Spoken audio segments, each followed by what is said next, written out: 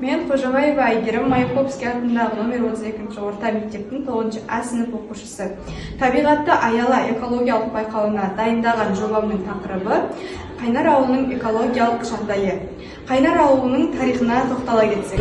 Жамбыл облысы Қордай ауданы Сарыбұлақ ауылдық округінің құрамында орналасқан Қайнар ауылы. Қайнар ауылы аудан орталығының оңтүстік батысқа қарай 55 километр жерде Шу өзенінің оң жақ жағалауында сортаңды сұр топырақ. 1997 жылға дейін Благовещенка деген атаумен аталған. 1964-1997 жылдарға дейін қызылша өндіретін Көкқайнар кеңшарының орталығы болып келген. Оның негізінде 1997 жылдан өндірістік, корпоратив және шаруа қожалықтары құрылды.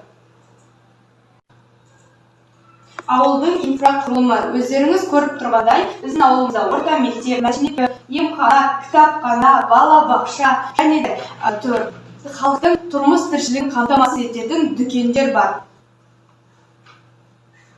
Ауылымыздың өзекті мәселелері, ауылымызда қоқыс, ауыз су мәселесі және де жол, тастанды ғимараттар деген секілді мәселелер бар.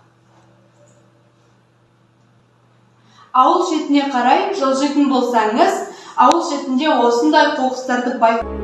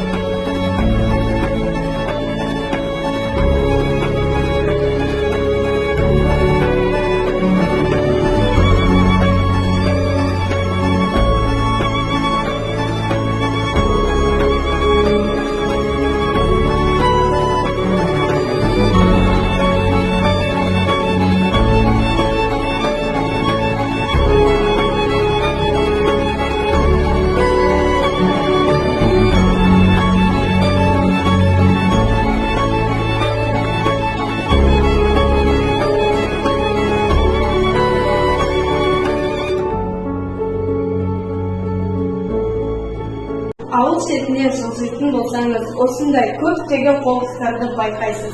Бұл қоқыстарды жазда да, қыста да осындай жерлерге әкеліп төгеді. Бұл қоқыстарды құлап кету қаупі де бар. Бұл қоқыстар және өлі жануарлардың иісі тыныс алу арқылы адам организмінде көптеген ауруларды тудырады. Және де тері ауруына әкеп соқтырады. Бұл қоқыстардың иісі өте жаман болады. Бұл қоқыстардың иісінен кейде тіпті адам өліп кетеді ме деп те ойлайсыз.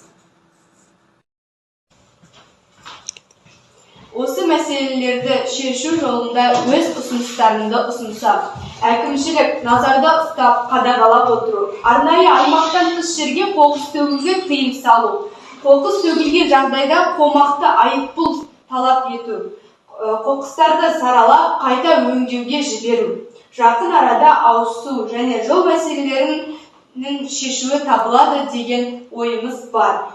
Тұрғындардың және әкімшілік қолдауымен тастанды ғимараттардың шешуін табу. О адамзат аялашы қорғашы, өзің туып, өзің өскен ортаны, келе жатыр талай сәби өмірге, ең болмаса соның жайын ойлашы. Мен қазақпын жылқы мінез қайсарлы, жақсы жаман айыратын байсалды. Туған жерім, табиғатым деп бүгін, асау тайың бар әлемге жар салды. Ей, ағасы, іні менен бауырлар, мен айтатын сөздеріме құлақ сал. Табиғатпен адам егіз емес пе? өкінерсің кетсе егер келмеске. Деп осы өлең жолдарымен барша адамзатты табиғатты аялауға, табиғатқа немқұрайлы бейжай қарамауға шақырамын.